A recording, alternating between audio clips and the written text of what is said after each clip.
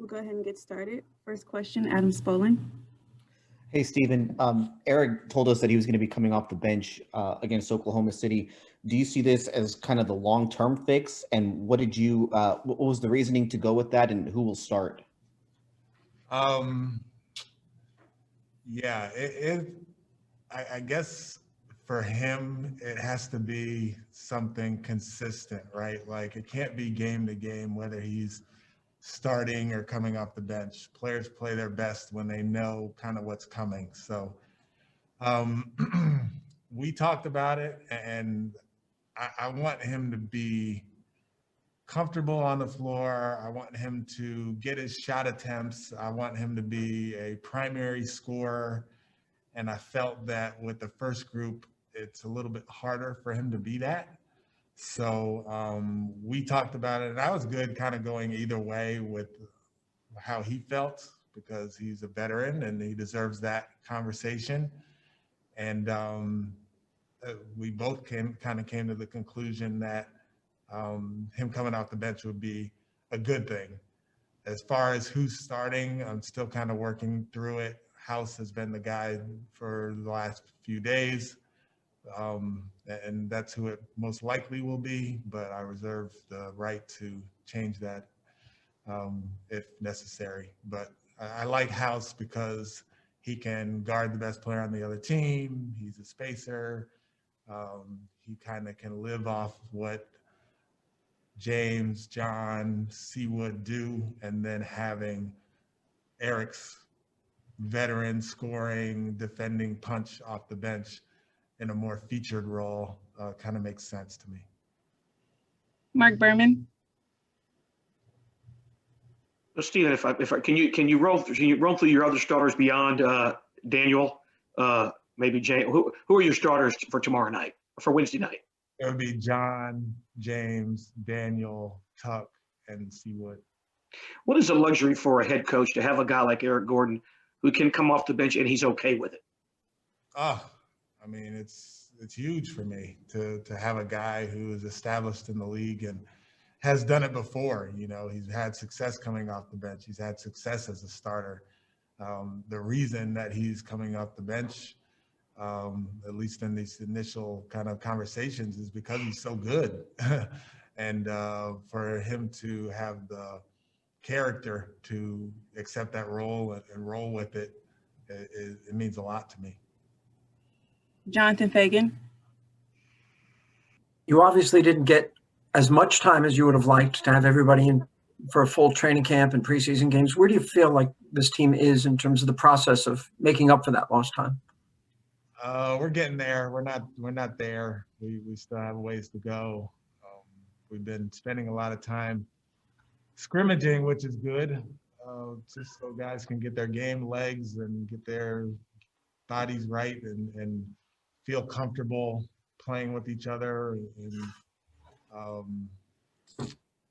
adapting to game situations. But the detail part gets lost a little bit when you're trying to do that. So finding that balance between guys getting game minutes and scrimmaging versus drilling and really hammering down the details. So we're not there yet.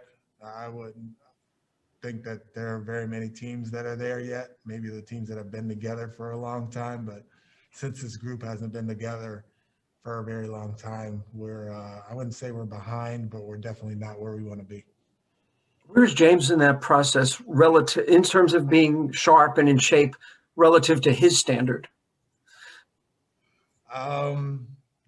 That's a good question. He's getting close. Part of the reason that we've been scrimmaging over the last couple of days is because he hadn't been playing 5-on-5. Him and Tuck hadn't been playing 5-on-5. So for him to get out there and get up and down the floor and get a chance to play with John, like the new guys, he has a new group of guys on the floor with him who are in the point guard and center position. And those are, two of the main spots, especially the way that we run our offense. So he's getting there, and we're doing everything we can to get him into game shape. Thank you. Ali Kompajani. Hey, Coach. Just a question regarding the five-out offense. I know, and when you play that sort of offense, it's important to have the shooters in the corners and the wings. How do you determine which player is in which position, and what is the purpose of putting people strategically in those positions? Well, we try to be interchangeable, where anybody can be in any spot. That's the advantage of having shooting on the floor. Initially, when you're teaching it, you kind of have the 5-man in the trail position because it makes it easier as far as having an advantage.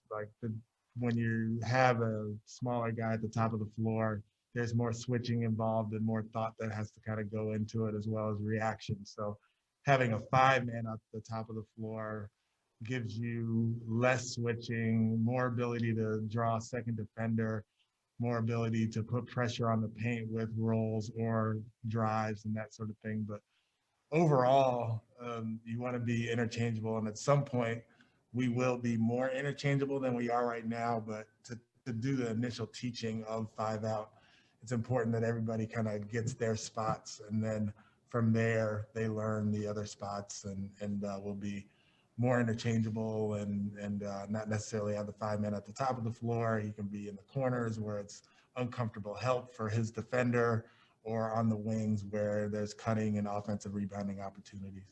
No, thank you. James Herbert. Hey, Stephen. You mentioned James getting used to playing with new teammates. I wanted to ask specifically about Christian Wood. For all the talented teammates James has had over the years, I don't know that he's had a big man with quite the same skill set that the Christian has. What do you like about that combination? I know it hasn't been, a large sample size you've gotten to see them play together yet, but what do you think those guys can do together? They can do a lot. It's hard to guard those two guys individually, and then you put them together and they can really make special things happen. If they switch, now James is going against a bigger 5-man, and that's part of his greatness is his isolation game. Christian Wood rolling into the rim against a smaller guy. As you saw in the last game, San Antonio, he was just catching it and finishing over people. So those two guys in 2-man game are very potent and are going to be good for our group. But what they both do is they're both unselfish players, and they create space for everybody else on the floor, and that's good for the group as a whole. Thank you. Thank you, Coach. All right. Thank you, everyone. That